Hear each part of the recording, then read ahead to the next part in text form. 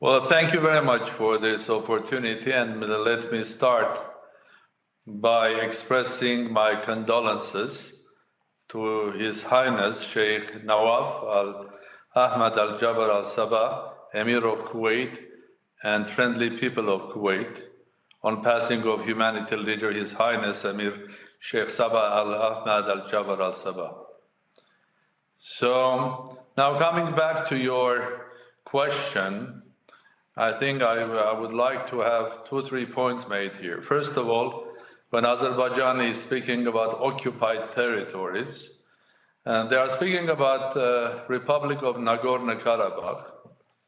This is an area of historic Armenia that Armenians were living for centuries and thousands of years. It is only less than 70 years Joseph Stalin, the Soviet leader, gave that land to Azerbaijan. It became a part of Soviet Azerbaijan. Then with the end of Soviet Union, people of Nagorno-Karabakh, in that Soviet Republic, there were more than 85%, 90% Armenians living, always. So they declared their right to live freely in their own country and decide their own fate. So this is not an occupied territory, it's the Republic of Nagorno-Karabakh or Republic of Artsakh, for centuries and thousands of years of inhabited by Armenians. And what they were fighting for was for their independence and their human right of living freely. Now, what the Turkish army present in Azerbaijan, these are not stories. I think Turkey can support Azerbaijan as much as they like. I think as on a humanitarian base, I would love to see countries supporting each other on education, science, technology, health. But when the Turkish army generals are present in Azerbaijan, missionaries or mercenaries from Syria hired by Turkish side are fighting on the side of Azerbaijan. Azerbaijan is using huge weaponry provided by Turkey and Turkish-made weaponry. And when the F-16 Turkish fighters are flying all over the border of Armenia and over Nagorno-Karabakh and trying to shoot even territory of Republic of Armenia, I think there is no excuse for that. This is clear interference in the life of people and their determination to live freely in Nagorno-Karabakh. And I think supporting Azerbaijan in this case means helping Azerbaijan or being involved in bloodshed instead of advising Azerbaijan and also talking to Armenia to restart negotiations. In fact, we have for 30 years or for 26 years, we have a wonderful platform which is created by OSCE, and it's led by the Minsk group co-chairs, by Russia, by France, by United States of America, and I do believe that there is only one way of resolving this issue, by negotiations. There is no way that Armenians in Nagorno-Karabakh will be defeated. There is no way the whole Armenian nation, both in Artsakh or Nagorno-Karabakh in Armenia and worldwide Armenian communities will accept that, especially with the involvement of Turkey. We all remember 105 years ago, at the end of the Ottoman Empire, 1.5 million Armenians were slaughtered and the genocide of Armenians happened. So there is no way we'll allow this to happen again.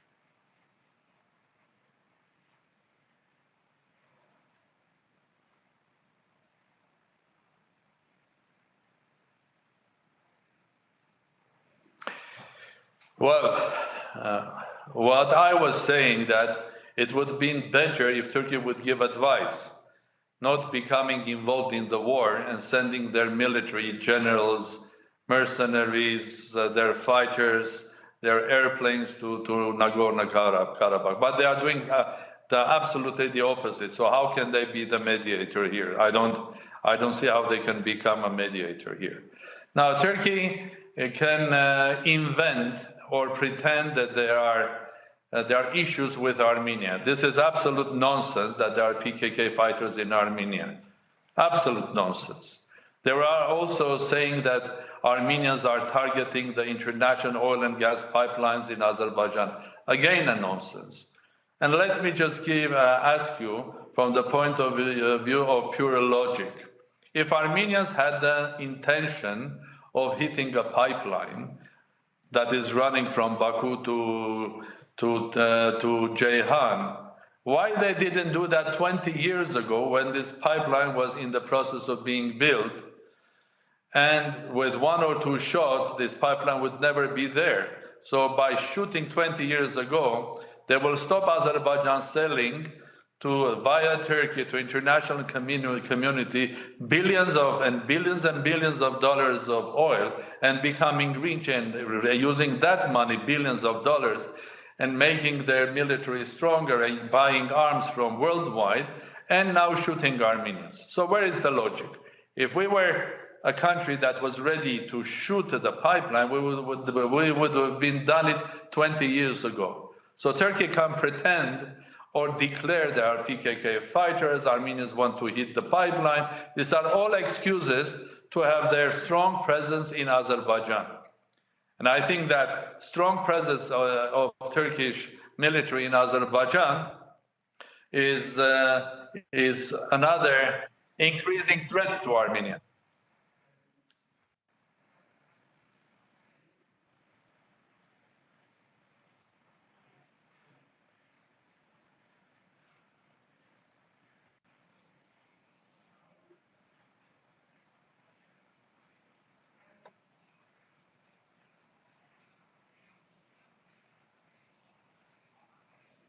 Well, first of all, let me tell that the military activity and attack has been started by Azerbaijan. Armenians in Nagorno-Karabakh, they don't have a reason to attack Azerbaijan. No way. They are living in their independent republic. They are trying to build a normal human life. Why on earth they will attack Azerbaijan and provoke this sort of a bloodshed? So the attack was organized by Azerbaijan because somehow they are under the illusion they can resolve the issue with military force. And I'm saying this is an illusion because I can confirm there is no way Armenian nation will allow to happen another genocide. So every Armenian will become a soldier and they will help Nagorno-Karabakh Armenians to defend their homeland. So there is no other way to go to the table of negotiations. But before that, your message is more to the president of Azerbaijan, Mr. Aliyev. I think he has started this phase of confrontation, and basically he has to stop it because Armenians are not on the territory. They are protecting people of Nagorno-Karabakh, and it's up to Azeri side to decide, to understand, to agree that there is no military solution to this conflict. There is only human solution, which is negotiations.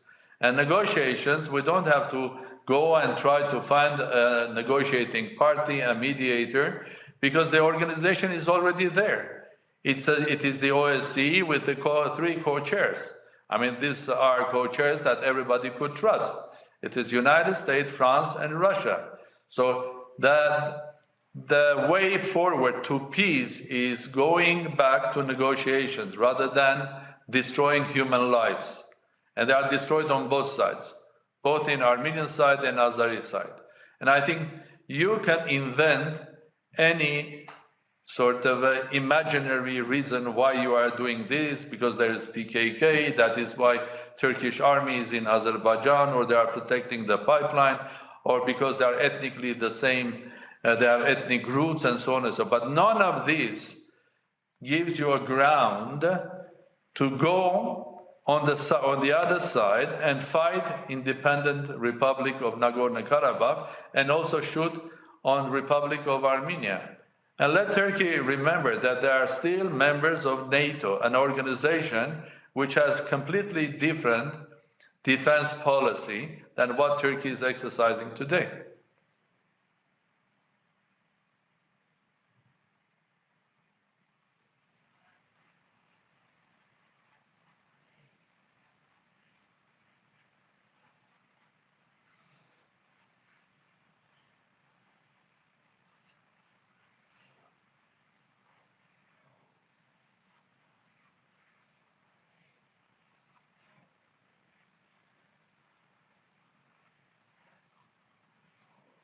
Well, I think we as Republic of Armenia, that is standing to protect and to help the rights, human rights of those who are living in Nagorno-Karabakh, Armenians in Republic of Nagorno-Karabakh, we are appealing to the world international community, to everybody.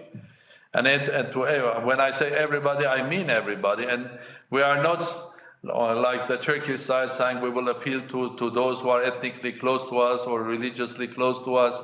We live in a global environment, and we have to respect each other's faith, each other's religion, each other's ethnicity, and not be sort of making ourselves isolated or polarized on this or that subject.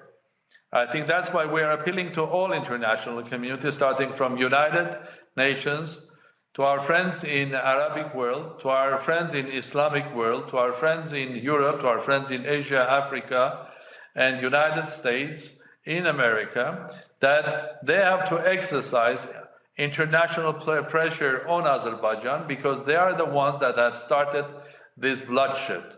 So they have to exercise pressure on Azerbaijan to stop the bloodshed.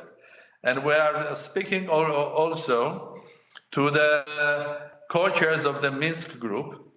I mean, the government of Republic of Armenia, Prime Minister and Foreign Minister, they are in charge of running these negotiations, and they have been in touch with the leaders of those three countries, the co-chairs of the Minsk group, and we are hoping that international community, international pressure, OSCE, the Minsk group co-chairs will eventually exercise their right of putting pressure on the Azeri plus Turkish side, because now Turkey is openly supporting Azerbaijan or fighting with Azerbaijan to stop this and then return people back to the table of negotiations.